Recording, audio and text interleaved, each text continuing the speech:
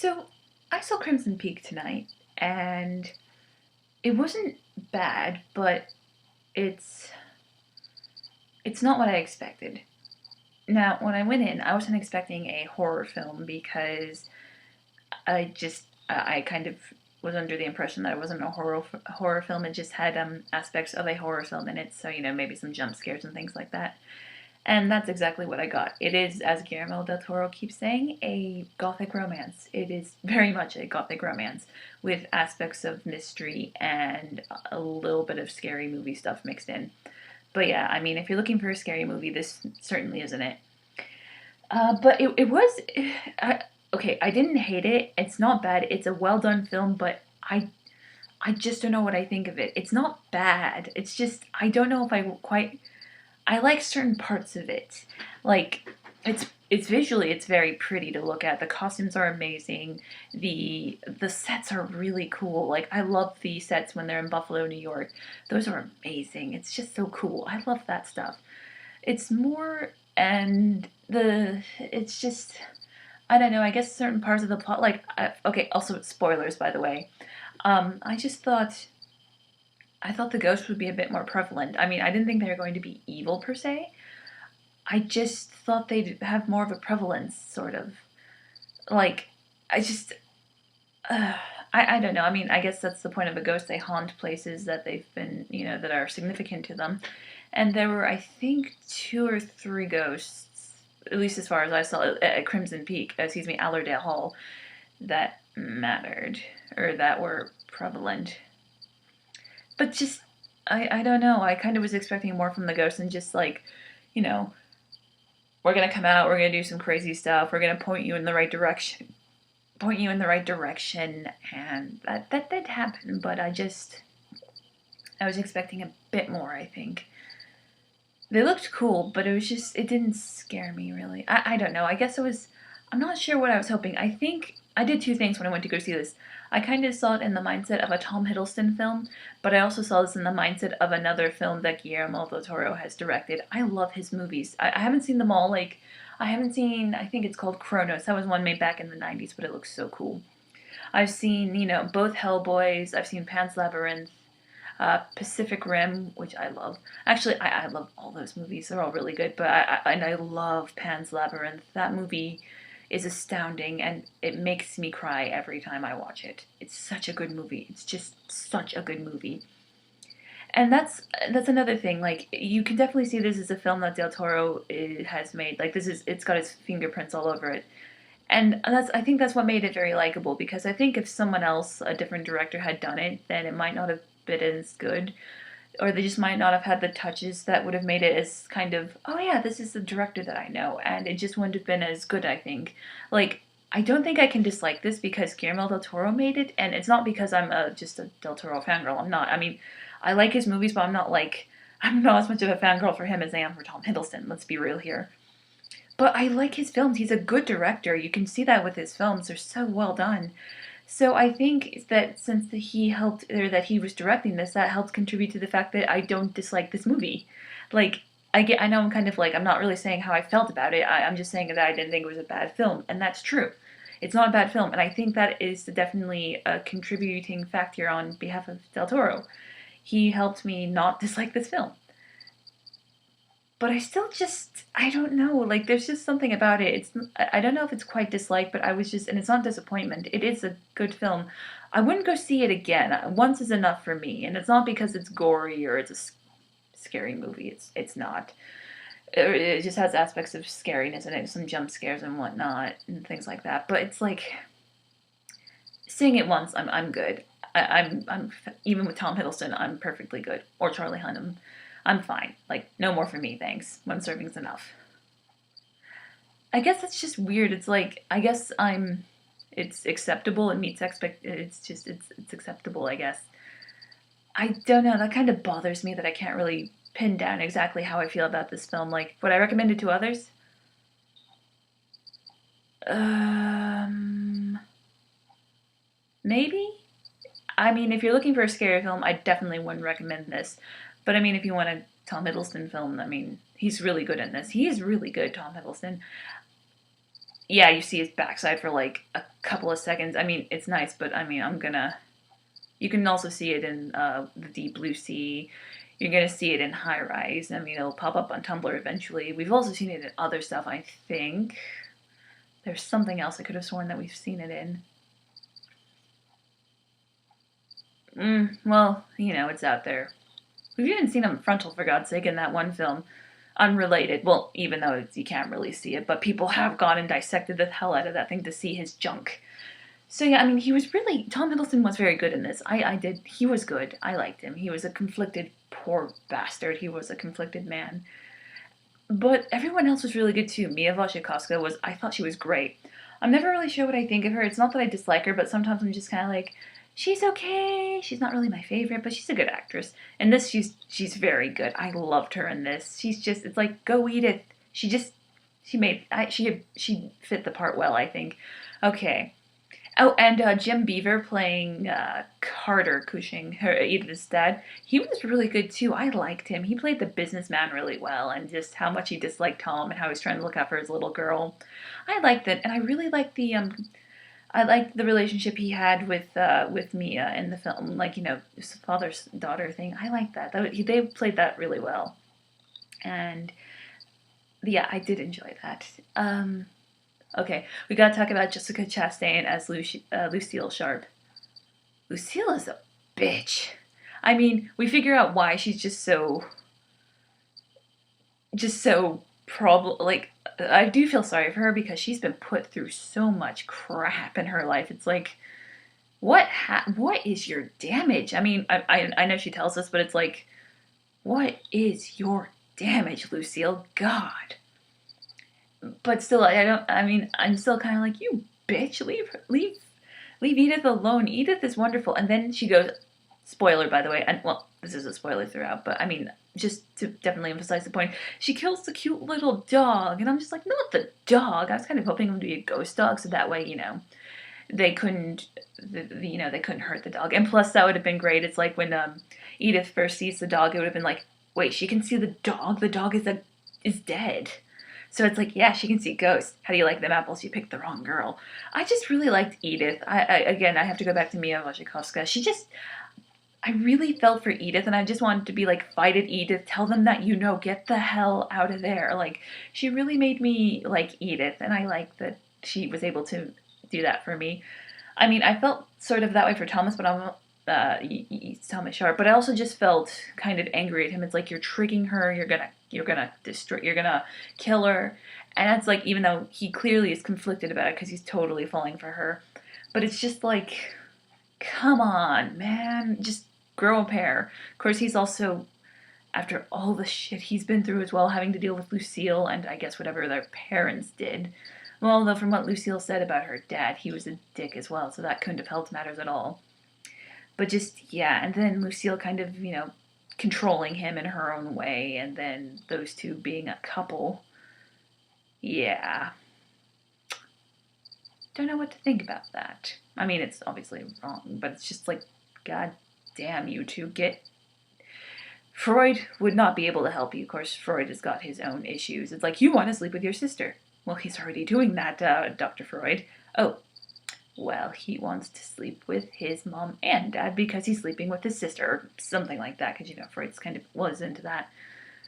God, I don't even think, oh my God, just the amount of, those two need help. I mean, just Thomas was kind of able to fight it at the end. He was like, we can go and be free. It's like, bro, your sister has killed God knows how many people. You think you can just go in there and say, hey, let's ditch this place and go run off with Edith and we'll be great. It's like, bro, she's in love with you. She's been touching your junk. She's been making out with you. She's probably the one who you lost your virginity to, and vice versa for her. So when you're saying, hey, I'm going to go run off with Edith and you are coming with us so Edith and I can go have, non-incestual sex, that's not a good idea. That's a bad idea. Because if you haven't noticed, your sister's insane. It's not her fault, but just Lucille is unwell. That poor girl, but she's still a bitch. Just, I didn't like when she pushed Edith off the ledge, and it's like, you bitch. And then she was rubbing it in her face after Edith saw them together making out and like masturbating, and it's just like, okay. And then she's like, well, we don't have to pretend anymore. It's like, rub it in her face. Why don't you, you bitch? It's just, God, Lucille, you're so mean. And then, afterwards, when Alan gets there, is looking after Edith, and they're just standing there like, yeah, well, it's like, I just want to be like, Edith, tell him what's going on. Tell him that those two are together and they're going to try and kill you. But then since she's being sedated, Alan wouldn't believe her. Stupid Alan didn't bring any weapons. It's like, oh, I'm just going to waltz in there and tell them, oh, by the way, I know your secret. Look what happened. Like, you think he'd learn. Look what happened to Edith's dad when he got this information and tried to get them to leave. Look what happened. Got his head bashed in, died. Alan even suspected that there was foul play. He even tried to, turn the body and look for the blunt force trauma to the head. Yeah. Wonder what's gonna happen if I try and bring this up with the Sharps when I get to their place, where they are on a field, like when they are on a clay mine in the middle of frickin' nowhere up in northern England, where they can easily hide dead bodies. Wonder what's gonna happen when I spill this new little secret. I know that you've been married a couple times apparently, and apparently you're sleeping with your sister, although they didn't figure that one out, but or Alan didn't figure that out, but you get what I'm saying. Oh, I'm just gonna waltz in there, check this newspaper clipping. Yeah, I know you guys are out into something, and you killed your mom. It's like, oh yeah, we did. Here's a knife. What are you doing with a knife? Oh my God, what are you doing? It's just like, what did you expect, Alan? What did you expect, God? Of course, I'm kind of glad that Edith was able to defend herself. She's still like, oh my God. She's just like, picks up the pen, stabs Lucille right here. And it's just like, yes. After Lucille was just like, oh yes, I bashed your daddy's head in. He loved you so much. You bitch, wham. Seriously, I realize that Edith has a lot of problems because of a lot of reasons, but she's still a bitch. And Jessica Chastain did play that very well, I will admit. That doesn't mean that I have to like Lucille. She is a bitch. Sorry. I just do not like Lucille. I feel sort of bad for her sometimes because, like she's just like, Tom, I need you. It's like, you need a therapist or a psychologist or a therapist, a psychologist, and a counselor like crazy. But there's nothing she can do. Maybe music therapy, because she seemed to really like the piano. That's like the one thing that she actually seemed to kind of like. Hansa was just compulsive. It's like, I need my piano. She played really well. At least as far as I can tell, I'm no expert on music. Poor Edith. Excuse me. Well, actually, it's poor Edith. I mean, but also poor Lucille. That poor girl. But yes, poor Edith, because she was in love with Tom, and Tom was in love with her, and then he went and did stupid shit.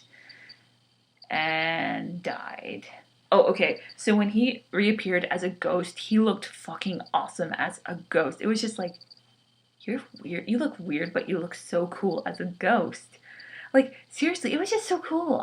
Like, there were all those other ghosts, but I think it's not because it's just Tom Hiddleston as a ghost. I mean, his ghost looked really cool. It was just like, is that what he'd look like when he's older? Because, like, he's a white ghost, but you can still see it's clearly him, but he's just, like, it's dark shadow kind of in his eyes. Like, there's no eye socket as far as you can tell, and you can see the wound in his face. Oh, yeah, by the way, Lucille just, like, stabbed him. It was really cool. I kind of get a sick, twisted kick out of that because it's just, you didn't think you'd see Tom Hiddleston get stabbed in the face and then pull it back out, and then there's blood in his eye and then blood dripping down, and it's just like, I love that sort of thing when it happens. Not just specifically to Tom Hiddleston, but just when it happens to people. And it was just a nice surprise because it's like, oh, you got stabbed in the face.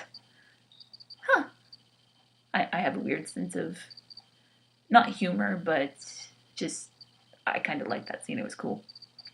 So yeah, but yeah, Tom Hiddleston's ghost looked really cool because it looks like him, but he's ethereal, white, kind of see-through, or opaque. That's probably the best word. He's opaque and see-through, but he looks so cool as a ghost because I guess it's just not the kind of ghost you usually see. I mean, yeah, I know white ghosts are kind of what you usually see, but like the ones in Crimson Peak are red or black.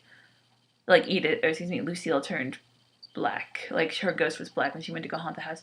I want to know what Edith would have done with Allerdale Hall. Like, was she gonna... I hope she burns it down. Like, well, I guess if she burns it down, then some people will be out of a job. Like, those people trying to help Tom build his little clay digging thingy. Like, yeah, that might happen. They might lose jobs if they did that. But I'm sorry, I'd burn that place down. Because wouldn't that set the ghosts free, or would they just keep haunting the same place? I guess depending on how you consider ghost lore, they might continue haunting the same place, which would suck. Because if someone built something new on there, like another, like in the future, someone built like, I don't know, apartments or something on there, oh man, they'd be screwed. It would be like kind of the poltergeist. You construct houses over Indian burial ground, and then they start mucking with you, even though that's sort of a horse of another color, but still. Would she just leave it alone, or would she be like, burn that thing to the ground? Because that brought me nothing but this unhappiness. I also wonder if she's going to marry Alan. I think she would, maybe. Okay, I was happy to see, because, like, I had to mention this part. In the beginning of Crimson Peak, it opens like a storybook thing. Like, they literally show the cover of a book that says Crimson Peak, and they open it. And then at the end, when the movie's over, they show the book closing, and it says Crimson Peak, and at the bottom it says Edith M. Cushing. I kind of hope that after the events of Crimson Peak, I can't help but wonder if she decided to keep her name. That makes me kind of happy, because it's like she would have, since she married Thomas, she would have been Edith Sharp, I guess. And so maybe after, since she's, well, actually, I guess technically since he was already married, that would have made the marriage null and void. So maybe she wouldn't have had to have changed it at all. So that could be a thing. Like, maybe she didn't even have to, well, I'm sure she had to get some paper signed to be like, no one ever call me Edith Sharp again. It's Cushing. Unless, of course, she decided to marry Alan. I kind of could see that maybe in the future years, although I'm sure she's still good. Actually, I do love it, though, because I remember at one point in the movie when she's talking to these women about how she doesn't want to get married, and then this catty woman is like, oh, so like Jane Austen, didn't she die a spinster? And Edith's just like, oh no, I want to be like Mary, what is her name? Is it Mary Wollstonecraft? Mary Shelley. And she's like, Mary Shelley died a widow.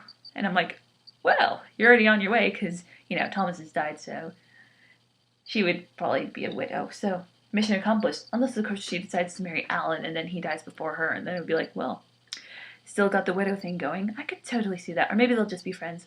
Or maybe, like, this is just fanfic kind of on my, or fanfic fantasy on my part.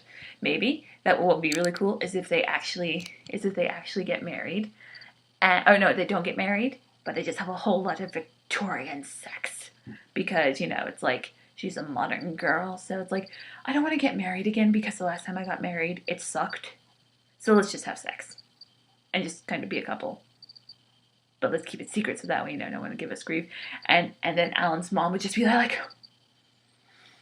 you bring shame onto the McMichael family. Well, I'm not married to them, so I don't have to worry about it. Although I'm sure Edith would have more respect for them than that, because Alan's sister Eustace, I think, would probably have problems getting a marriage proposal if people knew that her brother was having sex out of wedlock.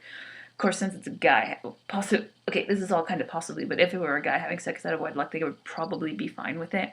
And Edith wouldn't have to worry because she's got plenty of money. So, there's that. So yeah, there were aspects of the film that I did like. I'm still not sure exactly how I think of the film overall. I don't need to see it again, so I don't think that's a bad thing. It's like, okay, I saw the film. It's not a scary film, like I said. It's got some little bits where it might be kind of scary for some people, but I've seen the freaking trailer so many times where they try and highlight oh, that's a scary bit. It's just like, it's not scary. It's kind of gothic, like Guillermo was planning. So, it's got the gothic feel to it, obviously, and the creepy house and the clay that makes the snow look like mud.